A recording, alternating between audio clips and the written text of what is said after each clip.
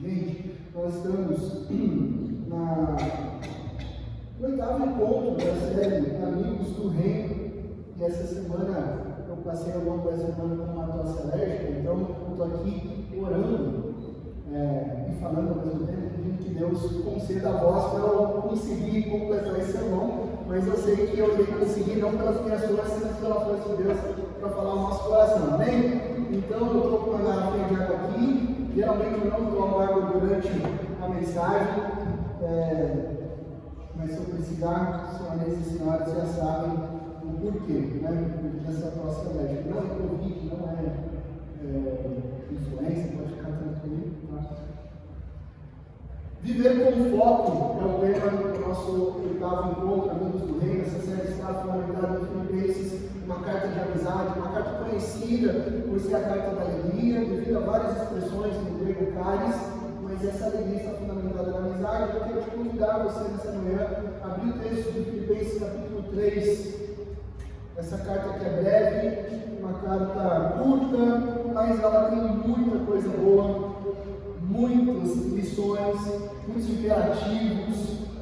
Um Paulo que demonstra um amor incalculável, imensurável pelos seus amigos lá em Filipos, mesmo estando preso em Roma. Esse Paulo demonstra um amor, um bem-estar, uma procura, um genuíno sentimento de bem-estar para com seus amigos. Filipenses capítulo 3, hoje o nosso texto será do verso 12 ao verso 16. Carta de Paulo aos Filipenses, capítulo 3, do verso 12 ao verso 16. E diz assim a palavra de Deus: não que eu já tenha obtido tudo isso ou tenha sido aperfeiçoado, mas prossigo para alcançá-lo, pois para isso eu fui alcançado pelo Cristo Jesus. Irmãos, não penso que eu mesmo já o tenha alcançado. Olha que expressão importante para nós aqui. Às vezes a gente olha para Paulo e a gente vê um super apóstolo, um super-herói, e a gente fala assim: a gente nunca vai chegar nesse nível de Paulo. Parece que ele é perfeito, parece que ele já está pronto, ele não tem erros. Não, ele está falando aqui: não pense que eu mesmo já o tenho alcançado. Eu estou na mesma jornada que vocês. Continua o texto. Mas uma coisa eu faço, esquecendo-me das coisas que ficavam para trás e avançando para as que estão adiante, prossigo para o alvo, a fim de ganhar o prêmio do chamado celestial de Deus em Cristo Jesus. Todos nós que alcançamos a maturidade devemos ver as coisas dessa forma. E se em algum aspecto vocês pensam de modo diferente, isso também Deus nos esclarecerá. Então somente vivamos juntos, eu e você, nós, de acordo com o que já alcançamos em Cristo Jesus. Nessa palavra lida, quero te convidar a fechar os olhos para que a gente agora, após a leitura da palavra, a gente peça que o Espírito Santo de Deus fale conosco. Deus, muito obrigado por essa manhã. Deus, nós louvamos o teu santo nome, porque o Senhor é um Deus que concede vida aos seus filhos e filhas.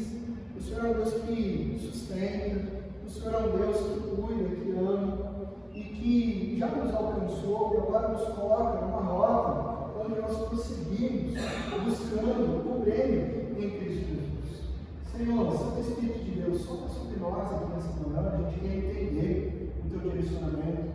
A gente, humildemente, nós nos colocamos diante da tua palavra, até mesmo para sermos confrontados, porque é isso que a palavra faz, ela confronta os nossos corações, mas ela dá assim uma direção de vida, e é isso que nós queremos. Então nos abençoe, abre os nossos corações, planta no nosso interior aquilo que vem tão somente do Senhor, para que a gente viva em comunidade aquilo que a gente já alcançou em Cristo Jesus, nosso Senhor Salvador. Amém. Tem alguns verbos bem interessantes nessa estrutura aqui: alcançar, prosseguir, aperfeiçoar, alvo, prêmio. E se você fazer uma busca sobre essas palavras no original do grego koiné, você vai perceber que todas elas fazem referência a uma conotação esportiva da época. Você vai perceber que aperfeiçoar, prosseguir, alcançar, seria alargar uma pista, prêmio para uma refere-se a uma coroa, aperfeiçoar aperfeiçoar se refere-se a um treinamento. Você vai descobrir que tudo isso está relacionado a esporte. Paulo, intencionalmente, se apresenta aqui como um atleta. Isso, culturalmente, de uma maneira muito próxima com o seu público primário. Todos estavam entendendo o objetivo de Paulo e ele mostrando que ele estava numa busca implacável para alcançar um prêmio. A imagem dominante que estava na mente paulina ali era o atletismo. Então, esse esporte, o atletismo, é considerado o esporte mais antigo do mundo e surgiu como uma prática definitivamente esportiva na Grécia Antiga, lá em 776 a.C., Jesus, quando inicia-se os primeiros jogos competitivos de atletismo na cidade de Olímpia. Olímpia, Grécia, não Olímpia Termas aqui, né? Embora seja ótimo também a nossa Olímpia, né? Mas a Olímpia da Grécia. Por isso surgiu a palavra Olimpíadas, né? Jogos competitivos que nasceram em Olímpia, já desde aquela época de 4 anos, era bem interessante preparar essas guerras para jogarem e competirem. Então, essa imagem dominante está na mente de Paulo ao trabalhar esse texto. Depois que Paulo falou no texto anterior, que foi da semana passada, sobre o seu foco de alcançar o futuro dia da ressurreição, é assim que ele termina, você está com a Bíblia aberta, você bate o olho ali, versículo 11, você fala assim, para de alguma forma alcançar a ressurreição dentre os mortos, esse é o foco dele, ele já nos mostrou. Agora, ele segue discorrendo sobre esse momento que ele se encontra, e que a teologia chama de já e ainda não. Na nossa prática, nós estamos onde? Nós estamos no já e ainda não. Como assim, pastor? Existem aspectos que nós já desfrutamos, já temos, e outros que ainda não, mas eles serão concluídos em Cristo Jesus. Já nós temos a salvação em Cristo Jesus. Já nós estamos unidos em Cristo. Já Cristo Jesus venceu o pecado e a morte. Já. Tudo isso para você temos. Ele já nos resgatou. Ainda não. Aguardamos o cumprimento de todas as coisas. Ainda gememos. A terra, a natureza ainda geme, esperando redenção. Ainda lidamos com desconexões. Ainda lidamos com brigas. Ainda lidamos com doenças. Ainda lidamos com corrupção. Ainda lidamos com nosso próprio coração. Correto? Muitas vezes nosso coração continua sendo claro, ainda lidamos com esse momento onde nós aguardamos a restauração de todas as coisas que virá no dia da ressurreição em Cristo Jesus. Jesus está voltando, é para lá que nós estamos olhando. Então Paulo está falando sobre esse momento, já e ainda não. E no primeiro verso nós temos o seguinte: não que eu já tenha obtido tudo isso, ou tenha sido aperfeiçoado, mas prossigo para alcançar, pois para isso também fui alcançado por Cristo Jesus. Prossigo para alcançar. Ele está dizendo, olha, eu estou encaminhado. E aqui está o ponto entre o já e o ainda não. O momento que nós estamos vivendo, nós estamos prosseguindo, nós estamos buscando. Eu diria mais, nós estamos treinando. Nós estamos no momento de treinamento, de esforço, como atletas de Cristo. Tem aquele grupo de jogadores que se denominam atletas de Cristo. A nossa vida espiritual, todos nós somos esses atletas em direção a um resultado. E talvez numa primeira leitura, distante, há mais de 2.000 anos do texto original, a gente não percebe alguns detalhes que eram claros naquele momento. Até por causa da tradução, para que tenha uma coerência no texto em português, a nossa tradução chegou com prossigo para alcançá-lo. Mas uma tradução literal seria pressiono. Não faz tanto sentido no português, porque se a gente trocasse, a gente colocaria assim, mas pressiono para alcançá-lo. E aí alguém pode levantar assim, mas que diferença faz trocar prossigo por pressiono? Na perspectiva esportiva, faz toda a diferença. Na perspectiva atlética, faz toda a diferença. Porque você pode até prosseguir em direção ao objetivo, mas se você prossegue sem treinamento, se você prossegue sem esforço, se você prossegue sem dedicação, essa semana, eu confesso o pecado. Cris, não fui na academia. Essa semana toda, não fui.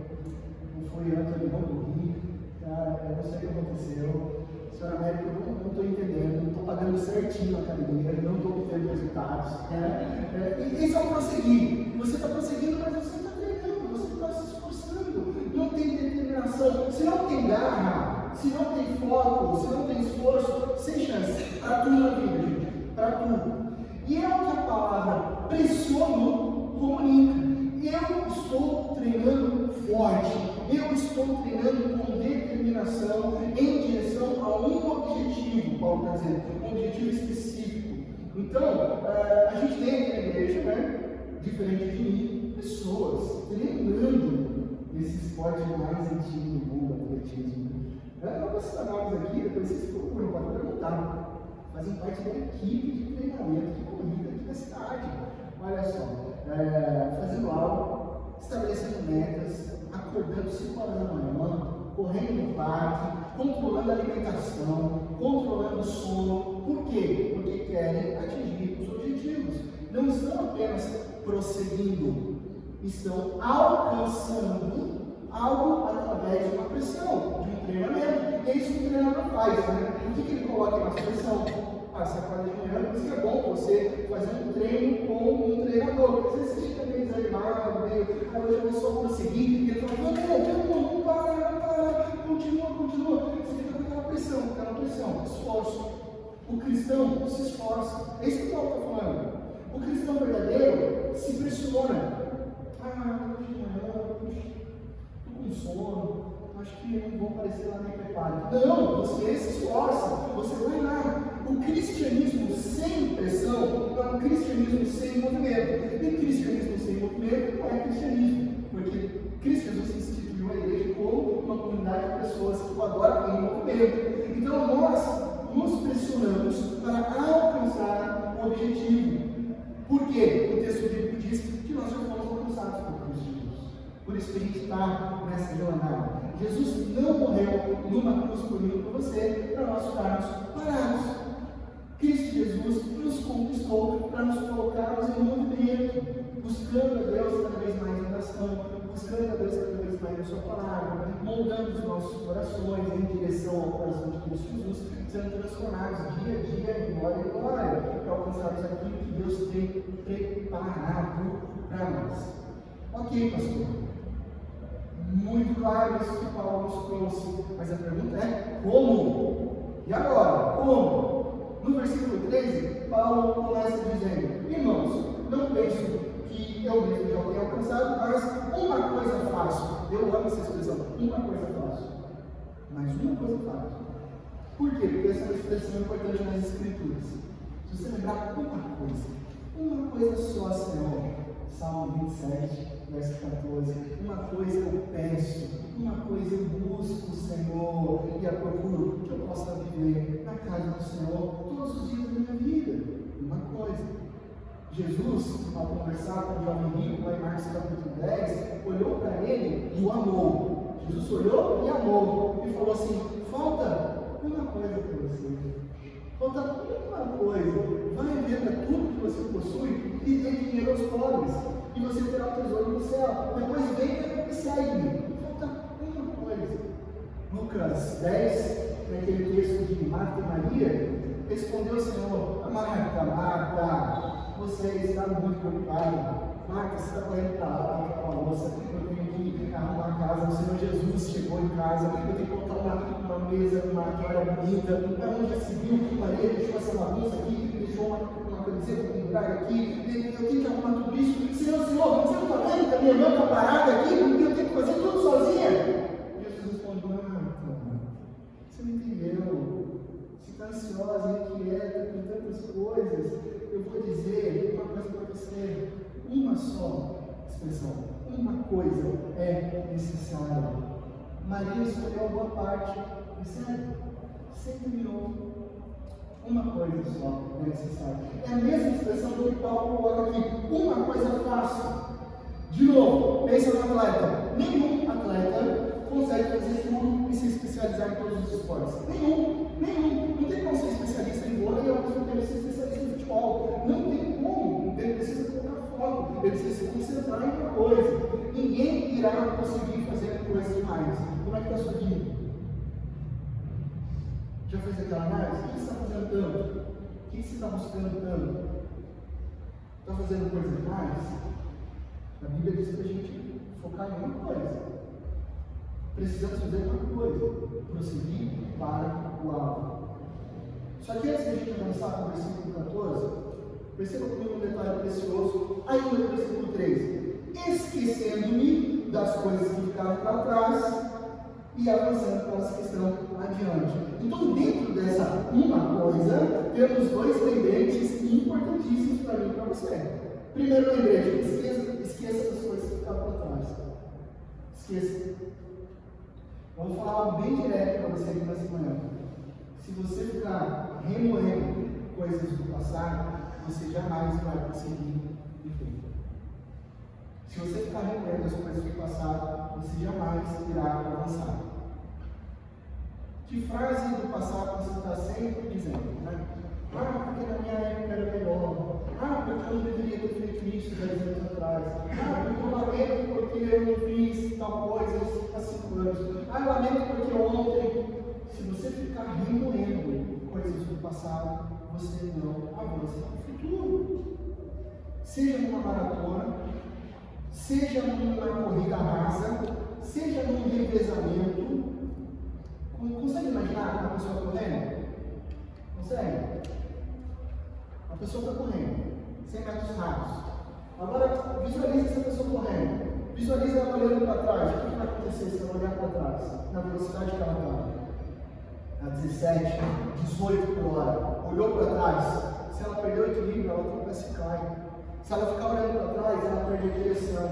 Se ela ficar olhando para trás, ela se distrai, alguém passa. Então não é para ficar olhando para trás. A gente perde a direção. Então, isso numa corrida maratona, numa corrida 100 metros rasos. Agora imagina uma corrida com obstáculos. Né? Tem obstáculos ali na frente, você não dá para trás. O que acontece? Você para no obstáculo, cai, se arrebenta, rala. Por que eu estou dizendo isso? Sua vida tem obstáculos? Então você vai ficar olhando para trás, você vai ficar caindo. Não sei se a sua não tem, a minha tem, né, gente? A minha, às vezes, tem uma sequência de obstáculos ali, eu estou pulando mal cair, já tem que pular. Né? Não dá tempo de olhar para trás, eu não posso olhar para trás, você não pode olhar para trás. Nós temos que avançar, né? Olhando para o futuro. Então, não deixe que uma coisa do passado te prenda. Esqueça das coisas que ficaram para trás. E é claro que nós temos várias coisas das quais a gente se arrepende. É claro que a gente lembra de coisas e dói o nosso coração, e a gente sabe que a gente poderia ter feito de maneira diferente. Semana passada a gente foi lembrado pelo apóstolo Paulo de que ele tinha isso no seu coração. Ele falou: puxa, como alguém que tinha zelo pela palavra, eu persegui muitos cristãos. Eu fiz isso. Paulo dizendo: eu sei, eu consenti na morte de muitos cristãos. Eu sei que eu não fiz nada quando Estevão estava sendo morto. Eu sei, na vida de outras pessoas, eu persegui a Cristo Jesus. Agora imagine se ele ficasse a todo momento remoendo essas coisas que ele tinha feito lá atrás. Ele não avançaria, ele não estaria aqui. Ele não teria essa alegria, ele não teria essa disposição. Certamente ele seria desencorajado a prosseguir. Certamente ele não ouviria aquelas vozes de: não, você é bandido, não, você não pode fazer isso, não, está vendo o que você fez no passado? Não, até parece que você pode fazer algo diferente no futuro. Esqueça isso, não dê voz a esse tipo de voz que acusa o seu coração, porque essa voz não vem de Deus. Cristo Jesus não é acusador, quem é acusador é o diabo. Então não dê margem para isso. O passado ficou para trás, não tem poder. Esqueça as coisas do passado. Ah, pastor, mas aquele texto que fala, Hebreus capítulo 10, que Deus ele não se lembra mais dos nossos pecados. Como que funciona isso? Se Deus é onisciente, sabe de todas as coisas, então a Bíblia está em contradição com esse atributo divino de Deus. O que significa isso? Deixa eu explicar para você brevemente. Na terminologia bíblica, esquecer não significa deixar de lembrar. Esquecer não é deixar de lembrar. Nenhuma pessoa madura, consciente, adulta, saudável mentalmente pode esquecer tudo que aconteceu. Você não consegue, eu não consigo. Ainda que a gente deseje, né? apagar aquelas memórias ruins, a gente deseja, mas nós não conseguimos. Então, esquecer na Bíblia significa não ser influenciado por, não ser afetado por. Quando Deus promete, em Hebreus capítulo 10, verso 17, os seus pecados, meus, seus, nossos, iniquidades, eu não lembrarei mais, ele não está sugerindo convenientemente que ele terá uma memória ruim. Não, eu sou Deus, agora ele vai ter uma memória ruim. Não é isso. Isso é impossível para Deus. O que ele está dizendo é, eu não vou mais considerar os seus pecados, porque agora eles estão perdoados em Cristo Jesus, no meu relacionamento com vocês. Eu não considero mais isso não mais me afeta, porque eu olho para vocês a partir do sangue de Cristo Jesus, que nos perdoou, nos purificou. Não significa que ele esqueceu, que ele não lembra, mas que ele não considera mais, não afeta isso no relacionamento de Deus comigo e com você. Então, esquecer as coisas que ficaram para trás não sugere aquela façanha impossível, aquela ginástica mental e psicológica do qual a gente vai tentar, pela força da mente, esquecer os erros do passado. Não. Já vou te adiantar, você não vai conseguir isso e nem entra nessa ideia que vai te fazer mal. Então, o que isso significa? O que a gente vai fazer? Nós iremos quebrar o poder do passado, vivendo no futuro. O passado, como diz o nosso projeto solo, o passado já não mais tem poder, pois hoje eu estou em Cristo Jesus. O passado não tem poder sobre a sua vida, sobre a vida de ninguém que está em Cristo Jesus. Então, a gente não pode mudar o passado, mas a gente pode aprender com Paulo a ressignificar esse passado. Eu vou ressignificar a partir dessas lembranças. Se antes eu era perdido, agora eu quero viver por sempre com o Senhor. Se antes eu cometi coisas horríveis, agora eu sou incentivado mais ainda a honrar a Deus, a glorificar o nome dele, a ser puro de coração. Se antes eu era perseguidor da igreja, Paulo pensando, assassino de cristãos, hoje eu sou plantador de igrejas. Eu sou pai na fé de muitos gentios que agora foram encontrados por Cristo Jesus. Então você ressignifica e vive uma nova jornada com Cristo Jesus. Agora a ordem de esqueça das coisas que ficaram para trás, esqueça, ressignifique-as. Se antes você era, por isso que a Bíblia diz, né? Se você era ladrão, não roube mais. Se você é idólatra, honre apenas o nome do Senhor Jesus. Ou seja, você ressignifica. A sua identidade está em Cristo, não no passado. Agora, essa dica também é válida para as coisas boas. As coisas boas do passado. A gente tem coisa boa no passado, né? Tá? Lá vai o pastor de novo fazer aquela pergunta, se alguém conhece um ditado. Né? Semana passada eu fiquei chateado porque vocês não conheciam, não foi a semana passada, retrasado um ditado, mas eu vou arriscar novamente, né? Você já ouviu falar daquela expressão descansar sobre os lombos ou dormir sobre os lombos? De novo em mim. Obrigado, Marcelo. Descansar sobre... Aquela pessoa está descansando sobre os lombos, ela está dormindo sobre os lombos, né? Não? Tá bom. Vou explicar. A origem desse ditado está justamente nas Olimpíadas gregas, né? Quando o ganhador conquistava uma prova, ele recebia o quê? Uma coroa de louros, tá? Aquelas folhinhas, louros. E alguns, quando recebiam aquela coroa de louros, tão almejada, né? Número 1, ele falava assim: bom, já alcancei, não preciso mais competir, não preciso mais avançar, já fiz o necessário, eu tenho a minha coroa de louros para descansar. Daí surge esse ditado, né? Está descansando sobre a sua coroa de louros, né? Isso pode significar na nossa história aquelas frases do tipo: quando eu tinha 17 anos, eu já fiz as minhas viagens missionárias, já está tudo certo, hoje eu posso descansar. no tempo da minha juventude, logo que eu fui encontrado com Cristo Jesus, a Bíblia, não, eu li ela, não foi uma, não, foi. Li ela já várias vezes. Não preciso mais ler. Já li ela completa, fiz aquele plano anual, depois fiz um plano semestral, li até rápido. Não preciso mais ler.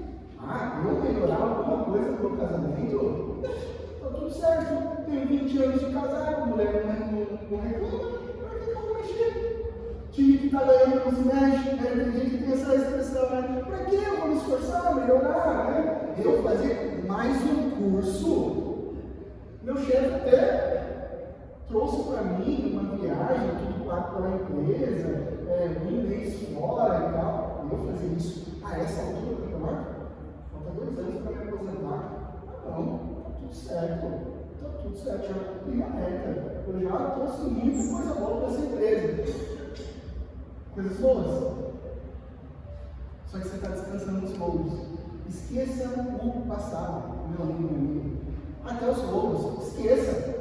Você fez lá atrás, que bom! Você lembrou lá atrás, ótimo! Mas você vive no hoje. Sabe por quê? Porque se você ficar descansando nas conquistas passadas, você jamais estará pronto para as conquistas futuras. Simples assim. Você está lá descansando. Eu conquistei lá atrás. O Brasil do futebol. A gente é penta. O penta. Gente, o penta está em 2002. Se a gente não percebeu ainda, né? Tem pré-adolescente aqui que não sabe o que é penta, não sabe o que é Wilson, não sabe o que é. Sabe nada isso aí. Por quê? Porque estamos descansando em 2002, né? Penta. Isso, né? Então Paulo tinha muita coisa boa da qual ele poderia descansar nos seus louros. Mas eu aprendi aos pés de Gamaliel. Eu conheço mais sobre a lei natural do que todos esses índios. Ele poderia ficar citando tudo aquilo que ele estudou, tudo aquilo que ele cresceu, mas ele prosseguiu para o que estava por vir. E esse é o segundo lembrete. Esqueça as coisas do passado, esforce-se para o futuro. Precisamos nos esforçar para o que está por vir. Então, viver no passado é algo que vai te fazer tropeçar e cair. Mas o medo, o fracasso, a insegurança quanto ao futuro também pode ter esse efeito semelhante. Eu estou com medo de arriscar. Eu estou inseguro quando eu estou virado para frente. Quando nós fazemos planos, sonhamos, estabelecemos metas futuras, geralmente a gente se pega naquela ansiedade, né? Você está fazendo um plano, você está fazendo uma estratégia, você está desenvolvendo algo na sua vida, né? Seja na área relacional, seja na área profissional, seja na área financeira, você está lá desenhando. Daí que você se vê ansioso. E aí você começa a será que vai dar certo? E aí você entra naquele ciclo que eu chamo de ciclo do e se. Só tem uma coisa que vai acontecer na sua vida. Só que você fica, e se acontecer isso? E se acontecer aquilo? Não, tem que estar pronto para se acontecer aquele outro. E se não aconteceu aquele outro, isso, aquilo, o que eu vou fazer se isso? E aí você fica no e se, e você vai ser corroído em ansiedade. E essa ansiedade pode gerar em nós um medo quanto ao futuro. Quando Paulo nos chama a avançarmos para as coisas que estão adiante, é sempre a partir que Deus já realizou em nós. Então você avança, não em ansiedade, mas seguro de que Deus está contigo, de que nós estamos seguros em Deus. Então eu não sei o que vai dar essa proposta de emprego, mas Deus abriu essa porta e eu estou sentindo uma paz no coração. Vai! Mas eu tenho medo. Vai com medo no mesmo jeito. Porque você está sentindo segurança em Deus? Você está sentindo paz? É isso que a gente precisa para avançar. Então, se você realmente entender quem você é em Cristo Jesus, nem o medo do futuro, nem o remorso do passado terá poder sobre a sua vida. E você avançará na certeza de que o futuro é bom, de que a sua esperança não está no futuro terreno. Que esse é outro problema também. Você acha que a sua esperança está no trabalho, você acha que a sua esperança está na sua faculdade, você acha que a sua esperança está no salário. Daí você fica colocando na esperança coisas terrenas, futuras, mas terrenas. É o salário que eu vou conseguir, a faculdade que eu vou passar, a transferência da empresa que vai acontecer. Tudo isso, gente, é terreno. Se você colocar a sua esperança aí, você vai quebrar a cara. Porque a gente tem que colocar a nossa esperança em Deus. É Deus que rege a história. É É Deus que está conduzindo o seu trabalho, a sua faculdade, o seu casamento. É nele que a gente coloca a esperança. E aí sim você avança na certeza de que o futuro é bom, de que a esperança está na esperança no futuro escatológico. Quando eu falo futuro escatológico, é sim a volta de Cristo Jesus. A gente vive a partir da volta de Cristo Jesus. Isso nos dá segurança na plenitude da salvação. A gente está seguro em Deus. Aí a gente chega no ponto principal do texto, o verso 14. Prossigo para o alto, a fim de ganhar o prêmio do chamado celestial de Deus em Cristo Jesus. Prossigo. A mesma palavra grega do verso 12 aparece aqui. Então agora você já sabe que o prossigo é pressiono. Se você tem caneta, pode escrever na sua Bíblia. Não é pecado escrever na Bíblia. Não sei, né? Às vezes veio de uma tradição cristã mais tradicional conservadora. Eu vim dessa, né? Deve ser pecado escrever na Bíblia. Não, você pode escrever. Anota aqui no versículo 3 e 12. Ó, prossigo pode trocar por pressiono, né? Não vai ser pecado, o pastor está colorido aqui, escrito, sublinhado, para você lembrar. Pressiono para o alto. Persigo. Pressiono eu mesmo, ou seja, com toda a intenção, com toda a força, com toda a determinação. Eu tenho um alvo, eu quero alcançar esse alvo. Então nenhum atleta se torna bom ouvindo palestras, assistindo filmes, lendo livros e torcendo em casa pelos jogos com uma garrafa de Coca-Cola e um torcida de churrasco. Não vai dar certo. Quem acompanha o mundo do futebol e gosta, né, vai lembrar do Walter. Lembra do Walter? Poxa, ele falava, o problema é passar tempo recheado. Hoje ele está na quarta divisão. Lançaram uma foto dele no Globo Esporte. Está pesando 130 quilos, jogando na quarta divisão. Era um goleador, mas ele não se esforçou, um atleta, né? O foco dele foi no passatempo recheado. Ele não deu certo. Então a gente precisa perseguir o alvo com toda a intenção, com toda a força, com toda a determinação. E não é só ouvindo palestras, lendo livros, mas sim quando a gente treina, de fato, para vencer. Quando a gente coloca a mão na massa. Por que eu estou dizendo isso? E estou usando essa referência de Paulo? A nossa sociedade, ela entrou numa espiral de perseguir várias coisas ao mesmo tempo. Várias coisas ao mesmo tempo. Ela perdeu o foco. E quem persegue muitas coisas, ou é pressionado por muitas coisas, não alcança nada. E se você persegue muitas coisas, e você está nessa espiral de alcançar tudo ao mesmo tempo, ou você já chegou, ou você está chegando no caminho do esgotamento. Simples assim. Você vai se esgotar. Você vai travar. E ao mesmo tempo, a nossa sociedade não tem colocado como alvo a vontade de Deus. E aí, se você fazer uma pesquisa rápida nas redes sociais, seja o seu Instagram, principalmente que agora tem muito patrocínio, você vai encontrar cursos de todo tipo, de 3 semanas, curso rápido, um mês, de investidor, day trade, marketing digital, liderança, emagrecimento, receita fit, inteligência emocional, tem tudo isso. E é vendido como se uma palestra ou um cursinho de 3 semanas pudesse mudar totalmente a sua vida. Não vai mudar a sua vida. Não vai mudar a sua vida. O Byung-Chul Han, filósofo sul-coreano, tem uns livrinhos pequenininhos dele. O mais famoso, muito embora não seja muito, é A Sociedade do Cansaço. Depois dá um Google, Byung-Chul Han, Sociedade do Cansaço. Recomendo essa leitura desses livros. Ele argumenta que, ao contrário das sociedades disciplinares do passado, nas quais as pessoas eram submetidas a uma série de regras e disciplinas, você vai lembrar disso, você vai lembrar dos seus pais, você vai lembrar dos seus avós, tinha hora para comer, tinha hora para dormir, tinha hora para levantar. Dia de doce era sexta-feira, Coca-Cola só se a gente fosse passear no final de semana, não ir lá. Regras, disciplinas, foco. Hoje a gente vive numa sociedade contemporânea, onde somos autossujeitos ao imperativo do sucesso e da realização pessoal. A gente faz o que a gente quer. Estamos constantemente buscando ser produtivos. Eu quero isso, eu quero aquilo, eu quero aquilo outro, eu quero ser bom em tudo. Multitarefa. disponíveis o tempo todo com esse WhatsApp. Então você tem que estar disponível o tempo todo nas redes sociais, para o seu chefe, para a sua família, para os grupos da faculdade.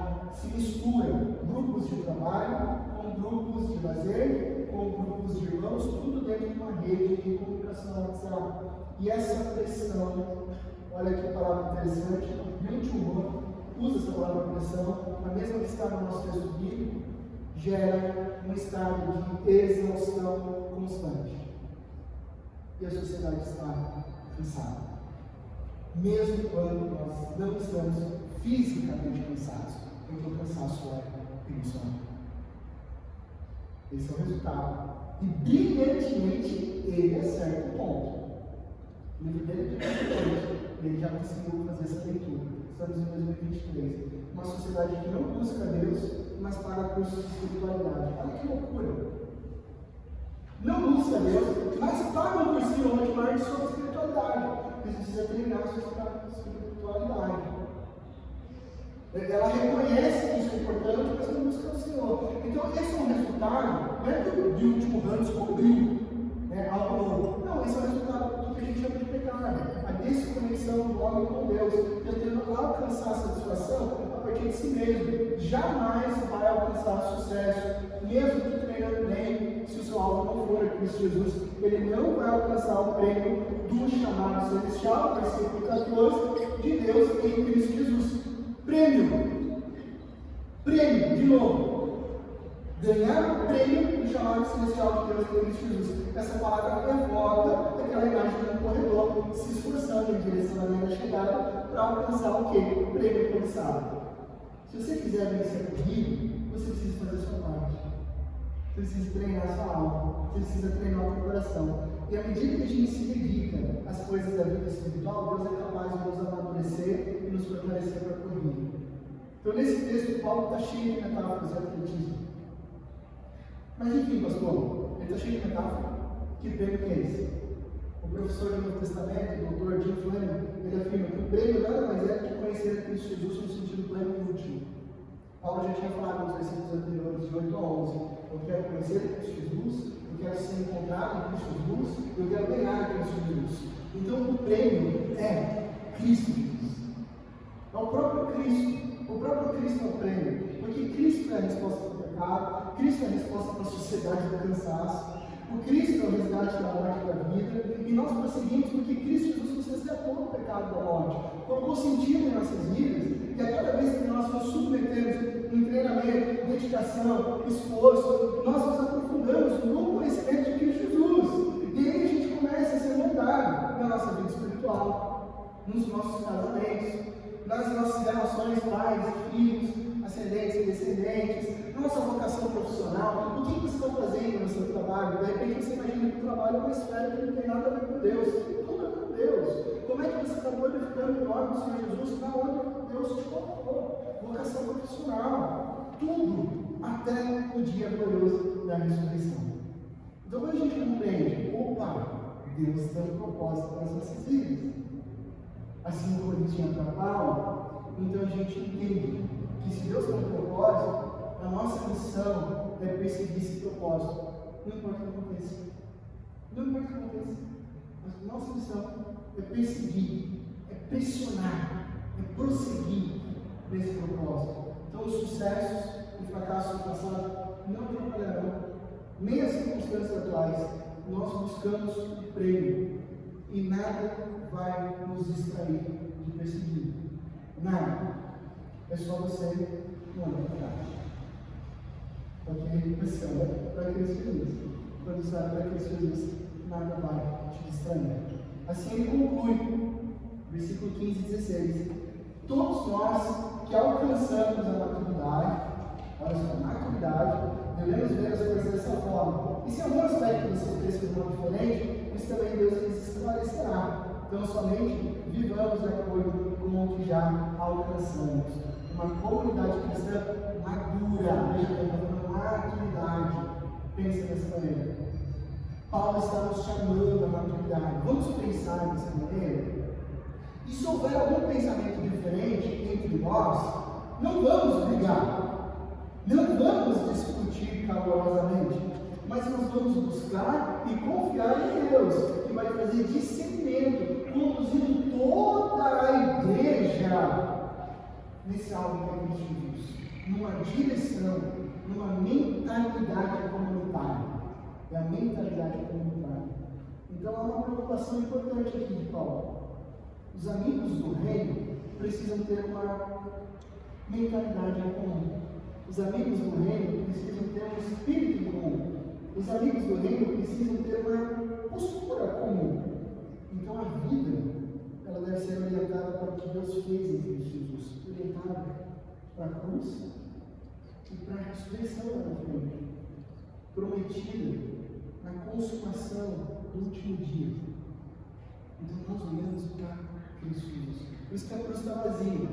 Porque Cristo Jesus ressuscitou. E Ele está voltando. E aí Paulo conclui: tão somente vivamos de acordo com o que já alcançamos.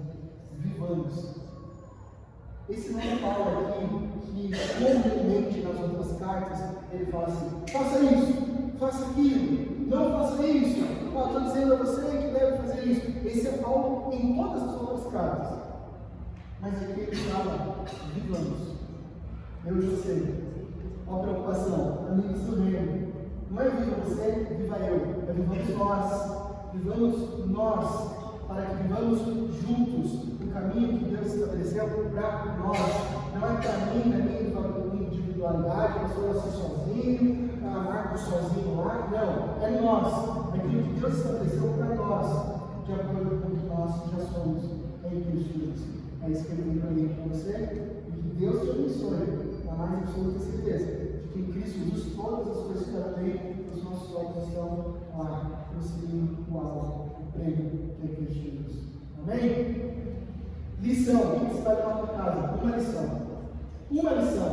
Esqueça do passado para prosseguir em direção ao futuro. Você vai esquecer do passado. Lembrando que não é aquela mentalidade psicológica de tentar anular tudo, você não vai conseguir, mas sim de ressignificação. Se erros foram cometidos, não desenvolva culpa por esses erros, porque já não há mais culpa e nem condenação daqueles que estão em Cristo Jesus. Culpa não vem de Deus, tá? Você entregou sua vida para Cristo Jesus, foi perdoado, a obra da cruz de Cristo Jesus é total. Tá? Quem acusa é o demônio, quem purifica é Deus. Então, se foram cometidos erros no passado, aprenda com eles.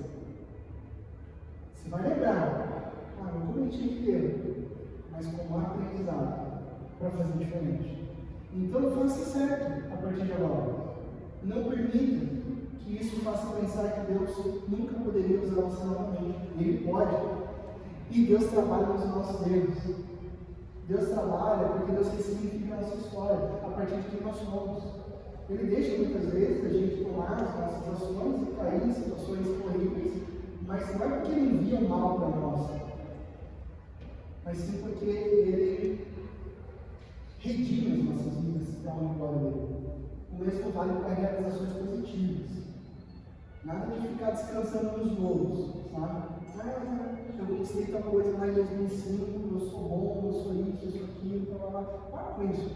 Conquistou algo hoje, não é proibido celebrar, não. Celebra, claro que celebra. Saboreei o momento, consegui isso, eu vou casar, eu vou ter um neto, eu passei no concurso, celebre, aconteceu hoje, celebre, eu fui promovido na empresa, celebre, faça uma festa, chame os amigos do reino, compartilhe, orem juntos, se alegrem, saboreiem todo esse momento.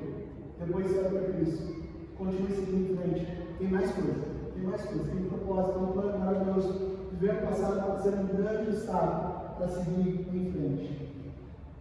Chama aqui para o louvor, aqui tem mais uma canção, enquanto eu concluo com uma frase de Eric Liddell. Não sei quantos conhecem a história de Eric Liddell, foi um atleta missionário presbiteriano escocês. A história dele foi muito famosa naquele filme de 1981, conhecido como Carruagem de Fogo. Tá? Então, sobre a história de Eric Liddell, missionário presbiteriano escocês, radicado com sua família na China, quando ele nasceu no Uruguai. E ele disse o seguinte: Deus me fez veloz com um propósito. Quando eu corro, Deus sorri. Nunca parou de treinar, nunca parou de buscar, e ele entendeu a vocação do propósito. Então Deus tem um plano para a sua vida, Deus tem um plano para a sua história. Nunca pare de buscar, nunca pare de treinar, nunca pare de olhar para o alvo e buscar o prêmio em Cristo Jesus. Porque quando você faz aquilo que Deus te chamou para fazer, Deus sorri. Amém? Quero te contar, se colocar em pé, nós vamos cantar uma canção daquelas que são novas, não novas, sabe? Porque ela é nova aqui no nosso setlist, mas ela é antiga no cancioneiro cristão, Corpo e Família, que fala sobre essa comunidade que nós caminhamos juntos em direção ao prêmio de Cristo Jesus. Vamos falar disso.